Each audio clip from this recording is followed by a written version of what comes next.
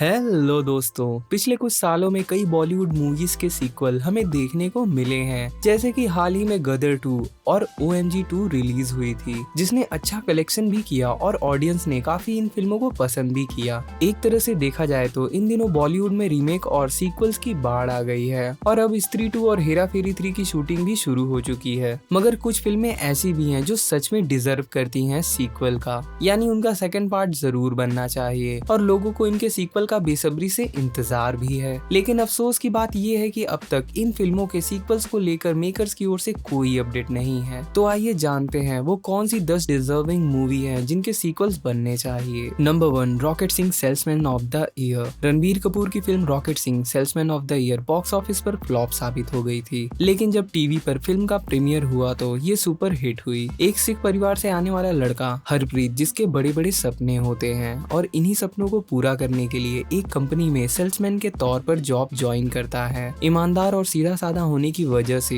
वे वहाँ पर उसके सीनियर्स और कलीग उसे पसंद नहीं करते और उसका मजाक उड़ाते हैं कि वो एक फेलियर है और कुछ नहीं कर सकता। और वो देखता है कि कंपनी अपने कस्टमर से मोटी रकम वसूल कर उन्हें अच्छी सर्विस तक नहीं देती और यहीं से वो अपना मन बना लेता है कि वो कुछ न कुछ बदलाव करेगा। वो कंपनी के रिसोर्सेस और उन कंपनीज के 4 एम्प्लॉयज के साथ गुपचुप तरीके से पार्टनरशिप करके रॉकेट सेल्स कॉर्पोरेशन नाम की कंपनी बनाता है और पब्लिक को कम दामों पर अच्छी सर्विस में कंप्यूटर पार्ट्स और कंप्यूटर बेचता है। और देखते ही देखते ये कंपनी बहुत बड़ी बन जाती है। पर ऐसा होता देखना एक कमाल का एक्सपीरियंस होता है और इस फिल्म का सीक्वल तो बनना ही चाहिए, क्योंकि ये फिल्म हमें जोखिम लेना, अपनी टीम के लिए सही लोगों को चुनना और अपने कस्टमर्स की वैल्यू करना, और साथ में फिल्म हमें अपनी फेलियर और गलतियों को मानना भी सिखाती है। और इस फिल्म ने कई लोगों को अपने स्टार्टअप के लिए इंस्पायर भी किया है। तो ऐसी कमाल के फिल्म का सीक्वल तो बनना जरूरी है boss. Number 2, PK. Bollywood actor Aamir Khan star film PK तो आपको याद ही होगी।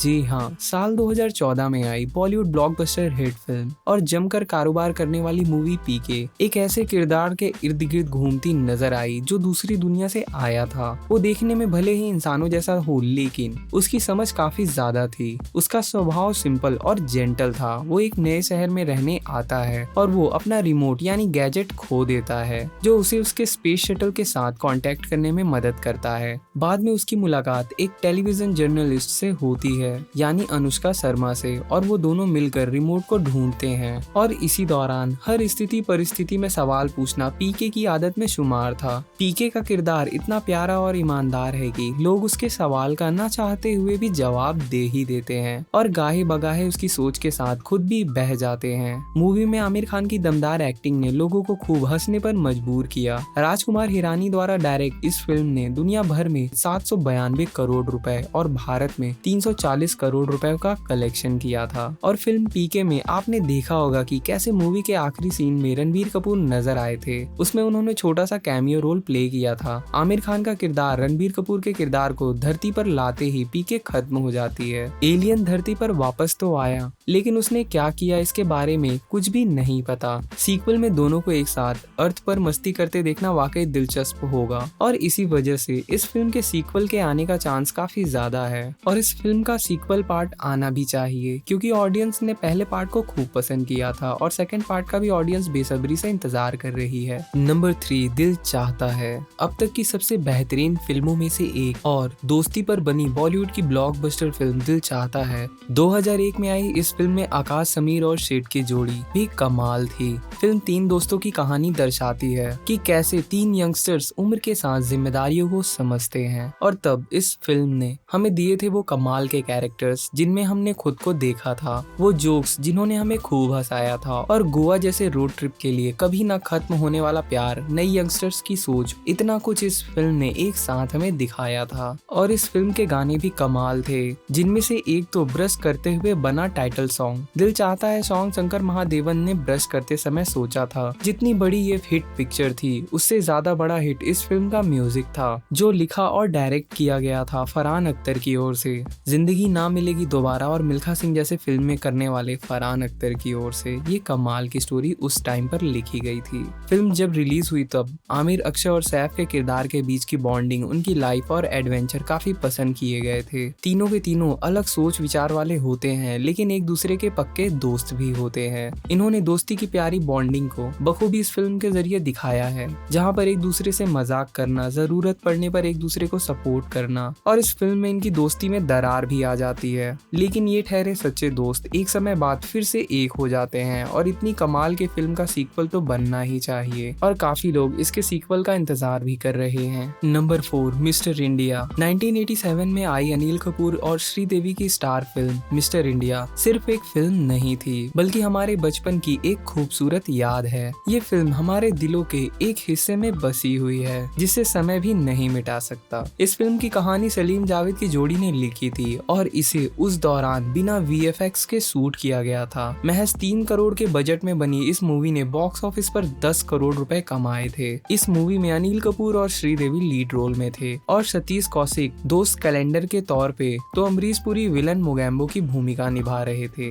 आज भी लोग इस मूवी की तारीफ करते नहीं थकते। कहानी वाकई कमाल की थी, साथ ही वो घड़ी और भी शानदार थी जिससे अनिल कपूर गायब हो जाते थे। ये फिल्म साल 1987 में जब रिलीज हुई तो फिल्म ने बॉक्स ऑफिस पर खूब कमाई की। फिल्म में अमरीश पुरी खूंखार विलन मोगैम्बो की भूमिका में नजर आए थे। इस फिल्म में उनके डायलॉग ने तो इतिहास ही रच दिया था। उनका एक डायलॉग मोगैम्बो खुश हुआ तो आज भी याद किया जाता है। अनिल कपूर और श्रीदेवी स्टार मिस्टर इंडिया जबरदस्त हिट रही थी। ऐसे कई लोग हैं जो इसका सीक्वल देखना चाहते हैं। Number 5, queen. ये फिल्म कंगना रनावत के करियर की बेस्ट फिल्मों में से एक है। इस फिल्म में उन्होंने रानी का किरदार निभाया था, जिसके लिए उन्होंने फिल्म फेयर और राष्ट्रीय पुरस्कार का सर्वश्रेष्ठ पुरस्कार हासिल किया था। फिल्म में कंगना ने एक साधारण लड़की का रोल निभाया था, जिसकी शादी आखिरी क्षण में टूट जाती है, लेकिन बावजूद इसके वे अकेले हनीमून पर विदेश चली जाती है। विदेश पहुंचकर वे खुलकर अपनी जिंदगी जीती है, साथ ही अपनी कुकिंग की खासियत से वहां नाम भी कमाती है। बदली हुई रानी को देखकर शादी तोड़कर वापस जाने वाला राज यानी राजकुमार राव भी वापस आने की कोशिश करने लगता है, लेकिन तब तक रानी बहुत आगे निकल चुकी होती है। क्वीन की सादगी और सरलता सीधी जिंदगी से आई है। ये फिल्म आपके आसपास के लोगों के दुख, दर्द और खुशियाँ और चालाकियों की कहानी है। ऐसा नहीं है कि क्वीन में मंगेतर से धोखा खाई लड़की रातों रात बागी हो जाती है। सदमे से उबरकर वह जिस तरीके से आंखें खोलकर आसपास देखती है, आत्मविश्वास हासिल करती है, वह बताती है कि बाहर की कठिनाइयां भीतर के हौसलों से कभी ज्यादा बड़ी नहीं हो सकती। क्वीन एक सफर है, यह इसलिए कीमती है कि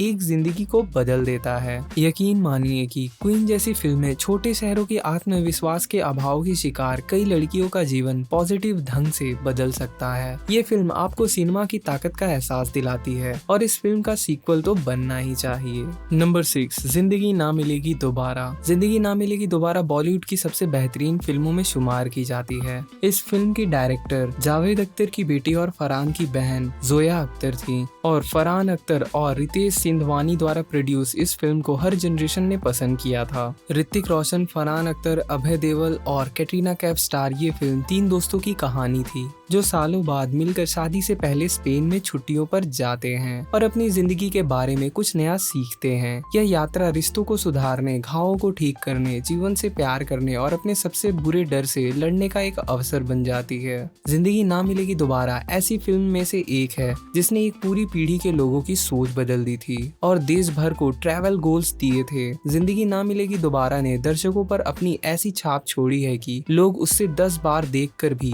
बोर नहीं होते। वहीं इसके सीक्वल की बात करें तो इस फिल्म के एक्सपीरियंस और जीवन के सबक से भरी फिल्म को एक बार फिर से देखना इसके सेकंड पार्ट के तौर पर एक अलग ही लाइफ एक्सपीरियंस होगा, और इस वजह से इस फिल्म के सीक्वल को लेकर पब्लिक में काफी क्रेज भी है। आई होप इसका सीक्वल तो जरूर बनना चाहिए। नंबर 7, उड़ान। बिग बजट फिल्मों के बीच 2010 में एक शानदार मूवी ने सिनेमाघरों में दस्तक दी थी। दर्शकों को झंझोड़ देती फिल्म उड़ान इस फिल्म के रिलीज के 12 साल बाद भी लोग बताते हैं कि इस छोटी मगर खूबसूरत फिल्म का उनकी जिंदगी पर कितना गहरा असर पड़ा है। इस फिल्म की IMDb रेटिंग साल 2010 में रिलीज हुई सभी फिल्मों से ज्यादा है। शाहरुख खान की film my name is Khan और सलमान खान की दबंग भी इससे पीछे है। हम विक्रमादित्य मोटवानी की फिल्म उड़ान की बात कर रहे हैं, जिसमें स्टार के नाम पर रोनित रॉय और राम कपूर ही थे। फिल्म में रजत बरमेचा का अहम रोल था। फिल्म उड़ान रोहन नाम के एक लड़के की कहानी है जिसके खड़ूस पिता उसे इंजीनियर बनाने में तुले हैं, पर वह राइटर बनना चाहता है और कविताएं लिखता है। और उस लड़के का एक सौतेला भाई भी है। दोनों बच्चे अपने पिता के खराब बर्ताव को सहते हैं और आखिर में रोहन अपने छोटे भाई अर्जुन को अत्याचारी पिता के चंगुल से छुड़ा ले जाता है। रोहन जिंदगी की तमाम दुश्वारियों के बीच एक नई उड़ान भरता है। फिल्म की कहानी काफी इमोशनल और जानी पहचानी लगती है। फिल्म की कहानी काफी इंस्पिरेशनल है, जो बताती है कि अगर आप में इच्छा शक्ति है तो आप किसी भी मुसीबत से बाहर निकल सकते हैं, खुद को ऊपर उठा सकते हैं। और इस फिल्म के डायरेक्टर, प्रोड्यूसर और राइटर काबिले तारीफ हैं। और साथ ही हम आपको बता दें, फिल्म फेयर अवार्ड्स में फिल्म उड़ान को आधा दर्जन से ज्यादा अवार्ड्स मिले थे उस दौरान। और ऑडियंस को इसके सीक्वल का भी इंतजार है, क्योंकि ये कम बजट में बनी लाजवाब फिल्म काफी कुछ सिखाती है। Number 8, the lunch box. The lunch box आज की कहानी है। मुंबई की भाग दौड़ और व्यस्त जिंदगी में खुद तक सिमट रहे लोगों की परतें खोलती ये फिल्म इमोशनल और फीलिंग के लेवल पर उन्हें और ऑडियंस को कनेक्ट करती है। 55 और 60 के बीच के उम्र के एक क्लर्क साजन यानी इरफान खान और 10 साल की बेटी की मां ईला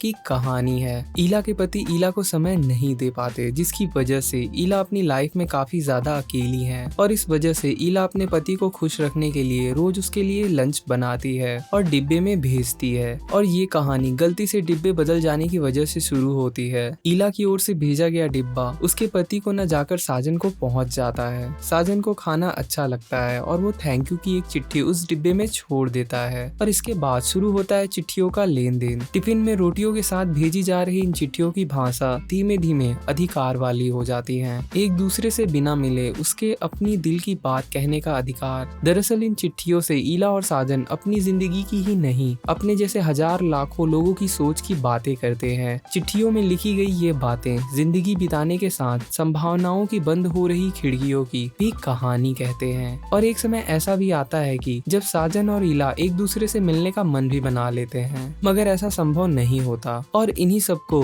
इनकी बातचीत और कमाल की दोस्ती और प्यार को इस फिल्म ने एक अलग नजरिए से दिखाया है। साथ ही इस फिल्म में कुछ और मजेदार सीन्स भी हैं, जहां पर इरफान खान और नवाजुद्दीन सिद्दीकी आमने सामने होते हैं। जब जब ये दोनों आमने सामने होते हैं तब तक बातें कम होती हैं, लेकिन इनके बीच जो भी कुछ घटता है वो मजाकिया ही होता है, जिसकी बराबरी रोहित शेट्टी और डेविड धवन जैसे डायरेक्टर कभी नहीं कर पाएंगे। इस धारणा को मजबूती के साथ तोड़ती है। ये कहानी हमें ये बताती है कि निर्मल वर्मा या मिलान कुंदेरा की कहानी जैसे भी कोई फिल्म भारत में रची जा सकती है, जो काफी कमाल की है। और इसी वजह से इसका सीक्वल जरूर बनना चाहिए। नंबर 9, मुन्ना भाई। मुन्ना और सर्किट की जोड़ी जब जब स्क्रीन पर आती है, फैंस खुशी से झूम उठते हैं। राजकुमार हिरानी की सुपरहिट फिल्म मुन्ना भाई MBBS और लगे रहो मुन्ना भाई ने बॉक्स ऑफिस पर धूम मचा दी थी। संजय दत्त की मुन्ना भाई MBBS 25 सप्ताह तक सिनेमा घरों में चली और 2000 के दशक के बाद इतने समय तक थिएटर में चलने वाली 8 फिल्मों में से एक थी।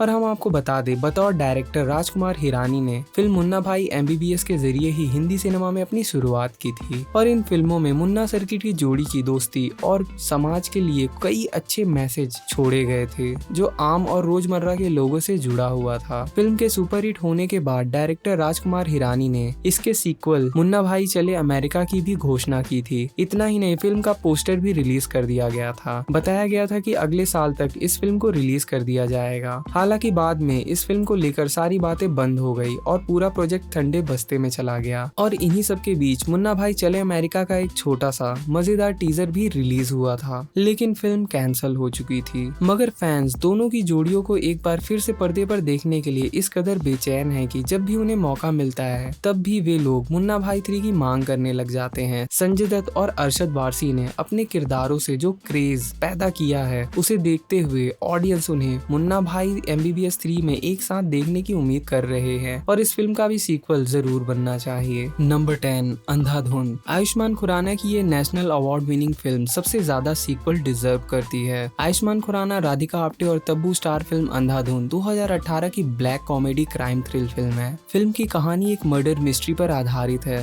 जो अंत तक लोगों के बीच सस्पेंस बरकरार रखती है। फिल्म में आयुष्मान खुराना ने पहली बार एक अंधे शख्स का रोल अदा किया था। आयुष्मान ने फिल्म में एक म्यूजिशियन का रोल अदा किया है, जो पियानो बजाता है। एक दिन उसकी मुलाकात राधिका आप्टे से होती है। आयुष्मान और राधिका एक दूसरे के साथ समय बिताने लगते हैं। इसी दौरान फिल्म में तब्बू की एंट्री होती है। तब्बू आयुष्मान की जिंदगी को पूरी तरह से बदल कर रख देती है। एक मर्डर की गुत्थी में फंसे आयुष्मान खुराना की अंधाधुन ऑडियंस को बेहद पसंद आई थी और साथ ही इसमें तब्बू की परफॉर्मेंस देखने के बाद तो लोग एक बार फिर से उनके फैन बन गए थे। श्री राम राघवन की शानदार स्टोरी टेलिंग को ऑडियंस ने भी सलाम किया था और आयुष्मान खुराना की ये फिल्म 32 करोड़ रुपए में बनी थी, जिसने टोटल 456 करोड़ से ज्यादा कमाए थे और सिर्फ इंडिया में ही फिल्म का नेट कलेक्शन 75 करोड़ रुपए के करीब था। फिल्म में जिस तरह से आयुष्मान खुराना के कैरेक्टर का डेवलपमेंट देखा और आखिरी सीन में जैसे उन्होंने बियर के कैन को रास्ते से हटाते देखा गया, ऐसा साफ था कि वो अंधे नहीं हैं। इस फिल्म की स्टोरी, स्क्रीन प्ले और डायरेक्शन सब कुछ बहुत अमेजिंग था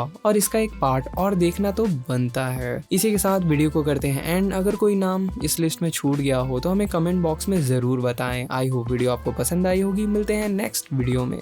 If you like my video, please do subscribe to my YouTube channel and also share, comment, like and press the bell icon.